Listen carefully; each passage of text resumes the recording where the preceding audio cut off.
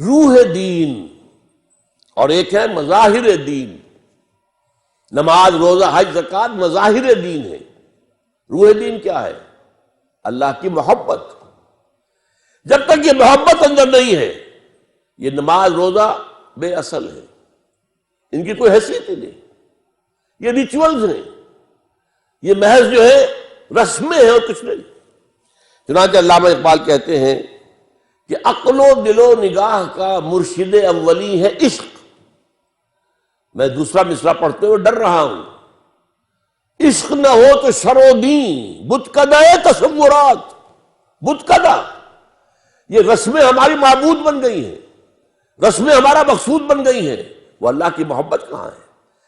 سورہ بقرہ میں تو اللہ فرماتا ہے والذین آمنوا اشد حبا للہ. جو واقعی ایمان والے ہیں ان کے دلوں میں سب سے شدید محبت اللہ کی ہوتی ہے. اور آپ نے اس عزیزہ کی زبان سے جو اشعار سنے علامہ اقبال کے، شوق اگر تیرا نہ ہو میری نماز کا امام، میرا سجود بھی حجاب، میرا قیام بھی حجاب. جب تک کہ وہ عشق خداوندی نہیں ہے عشق رسول نہیں ہے. عقل و دل و نگاہ کا مرشد اولی ہے عشق. عشق نہ ہو تو شر و دین بتکدہ تصورات. اور یہ بتکدہ تصورات پر جو اگلا شعر کہہ دیا ہے، میں تو کہتا ہوں یہ جرت رضوانہ اقبال کی تھی جو کہہ سکتا تھا. کیا نہیں کوئی غزنوی کارگہ حیات میں، بیٹھے ہیں کب سے منتظر اہل حرم کے سومنات. اہل حرم نے ان رسومات کو اپنا معبود بنا لیا ہے. کیا اس سومنات، یہ نیا سومنات جو اہل حرم نے بنایا ہے اپنا، اس کا بھی کوئی غزنوی آئے گا کہ نہیں آئے گا کہ جو بتائے کہ اصل جو ہے روح دین جو ہے وہ اللہ کی محبت ہے. آگے چلیے، سب سے بڑی بات جو علامہ اقبال نے بتائی ہے وہ جو میں نے گنوایا تھا، اپنی حقیقت، اپنی پہچان. ہم کون ہیں؟ آپ نے سنا ہوگا یہ جو قصور کے درویش شاعر تھے بلے شاہ، بلے شاہ کی جانا میں کون، بولیا کی جانا میں کون ہوں. Who are you؟ اپنی پہچان ہے نہیں. ہم نے آج سمجھا ہے اپنے آپ کو نرا حیوان. ڈارون کی تھیوری نے آ کر اس طریقے سے ذہنوں کے اوپر غلبہ کیا ہے، کیونکہ ہم سمجھتے ہیں صرف اپنے آپ کو حیوانی وجود ارتقاء سے وجود میں آیا ہے حیوان.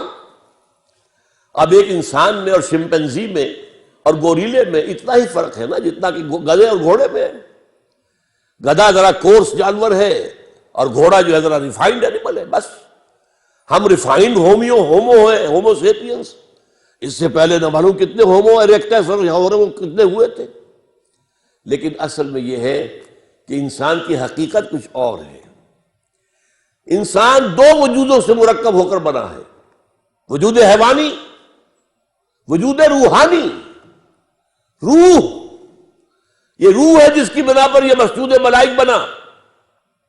دو جگہ قرآن میں، سورہ ہجر میں، سورہ صاد میں فرشتوں سے کہہ دیا تھا اللہ نے کہ میں مٹی سے ایک بشر بنانے والا ہوں. انی خالق البشر من صلصال من حمأ مسنون فإذا سويته ونفخت فيه من روحي فقعوا له ساجدين. جب میں اسے تیار کر لوں اور اس میں اپنی روح میں سے پھونک دوں تو پڑنا اس کے سامنے سجدے میں، گر جانا سجدے میں. وہ تو اصل روح ہے، وہ روح ہے جو ہم ہیں، اصل حقیقت ہماری. ہم سمجھ بیٹھے یہ حیوانی وجود ہمارا ہے. یہ حیوانی وجود مٹی سے آیا ہے، خاک سے آیا ہے. یہی سے اس کی غذا آ رہی ہے. گندم ہے تو وہاں سے آ رہی ہے، چاول ہے تو وہاں سے آ رہا ہے. بکری کا گوشت کھایا ہے تو بکری نے بھی گھاس پات کھایا ہوا جس سے گوشت بنا ہے.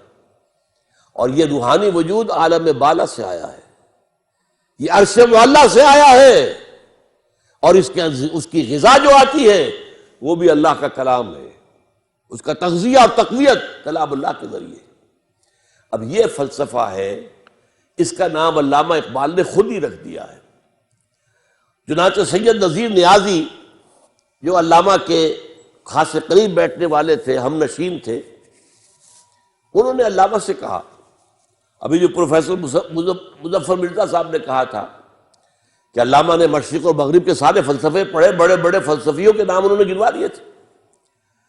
تو یہ کہا گیا، سید نذیر نیازی نے کہا علامہ سے کہ کوئی کہتا ہے کہ آپ نے اپنا مسئلہ جو ہے خودی کا ہے فلسفہ، یہ آپ نے نشے سے لیا ہے، کوئی کہتا برکساں سے لیا ہے، کوئی کہتا جیلی سے لیا، کس سے لیا آپ نے؟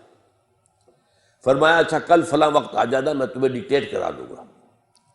سید نذیر نیازی نے یہ واقعہ ہماری قرآن کانفرنس میں سنایا خود، کہتے میں بڑا خوش، میری خوش نصیبی، شاعر مشرق مجھے ڈکٹیٹ کرائیں گے کہ فلسفہ خودی میں نے کہاں سے لیا ہے۔ گیا میں خوشی خوشی پینسل کاپی تیار کر کے، جب میں بیٹھ گیا تو فرمایا ذرا قرآن مجید نکال لینا۔ کہتے ہیں کہ میرے ارمانوں پر اوس پڑ گئی، میں سمجھتا تھا فلسفے کی کتاب نکلوائیں گے، کوئی ہسٹری آف فلاسفی کی کتاب نکلوائیں گے، کچھ بھی نہیں، قرآن۔ کہا کھولو اسے، پڑھو سورہ حشر، اس کی آیت 19، وَلَا تَكُونُوا كَالَّذِينَ نَسُوا اللَّهَ فَأَنسَاهُمْ أَنفُسَهُمْ، ان لوگوں کے مانند نہ بن جانا جنہوں نے اللہ کو بھلا دیا تو اللہ نے انہیں اپنے آپ سے غافل کر دیا۔ آپ سوچئے یہ اپنا آپ کون سا ہے جس سے انسان غافل ہوتا ہے؟ کیا ہم اپنے حیوانی وجود کے تقاضوں سے غافل ہوتے ہیں؟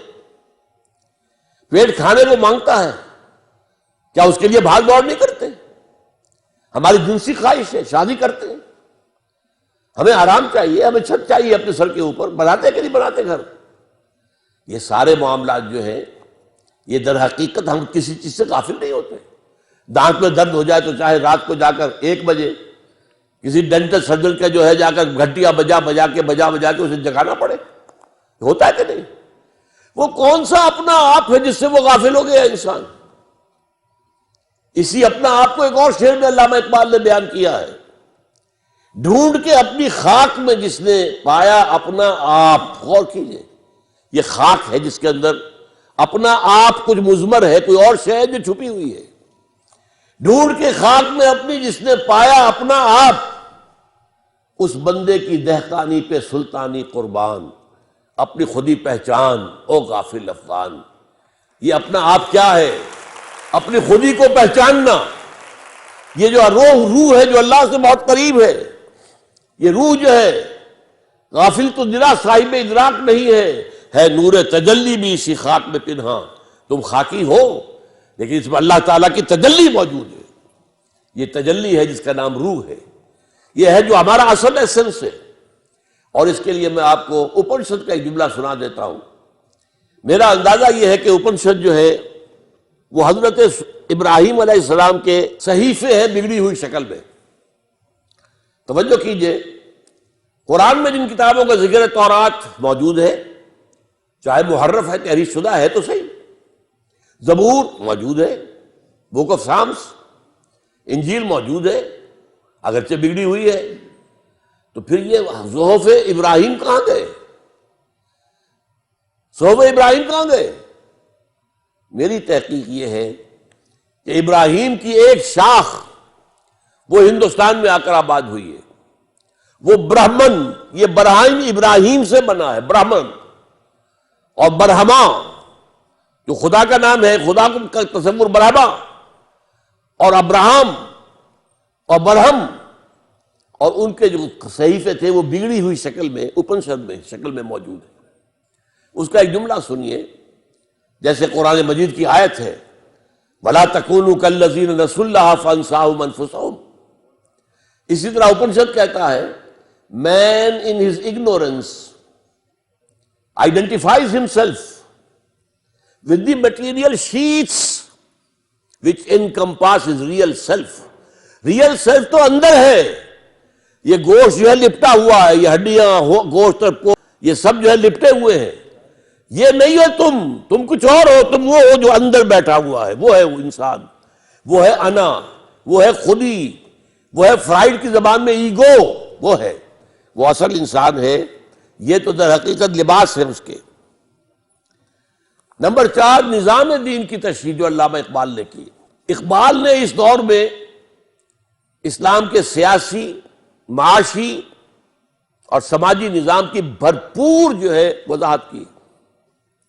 سیاسی نظام کی 2 باتیں، اسلام میں انسان کے لیے حاکمیت نہیں ہے،